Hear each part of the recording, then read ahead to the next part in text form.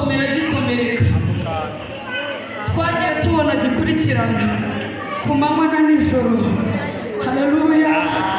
Abantu bavuga ngo nta kizavamo, ariko Kristo akaba afite ibanga yabahise. Haleluya. Ngira umuntu mwegeranye ngo wari uzi ko umuhanga wo gukomera akomera gikomereka. Nubwo utabasha gusobanura iryo jambo, ariko byibuze uragira icyo wumva. Imana ikujya imbere mu izina rya Yesu. Muri uku kwa gatanu Imana ikujya imbere. Muri uku kwa gatanu Imana ikujya imbere. Muri uku kwa gatanu Imana ikujya imbere. Mu izina rya Yesu.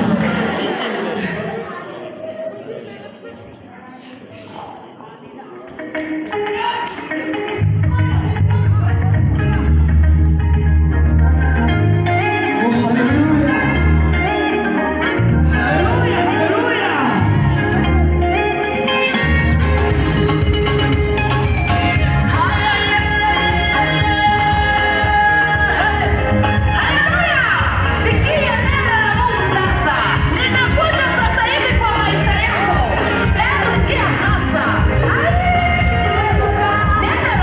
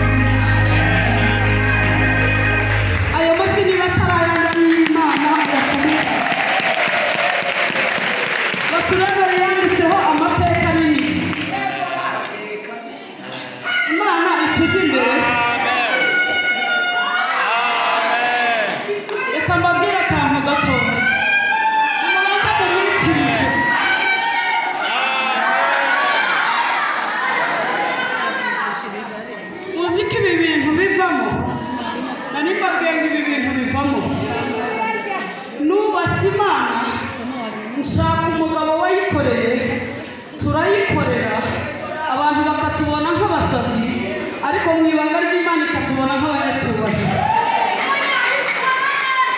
Bakavuga bati ko babyara indahekana ari abasazi birirwa mu nsengero, bizagenda bite?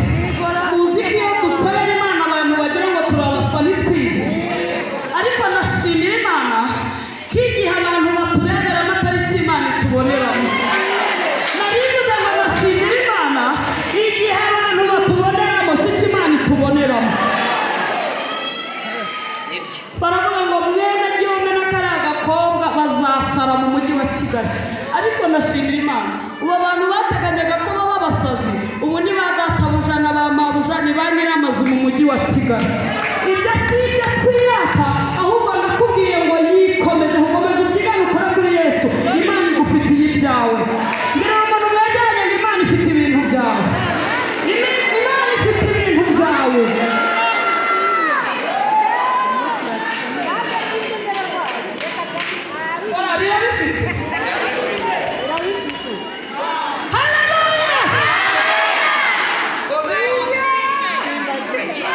Yeah.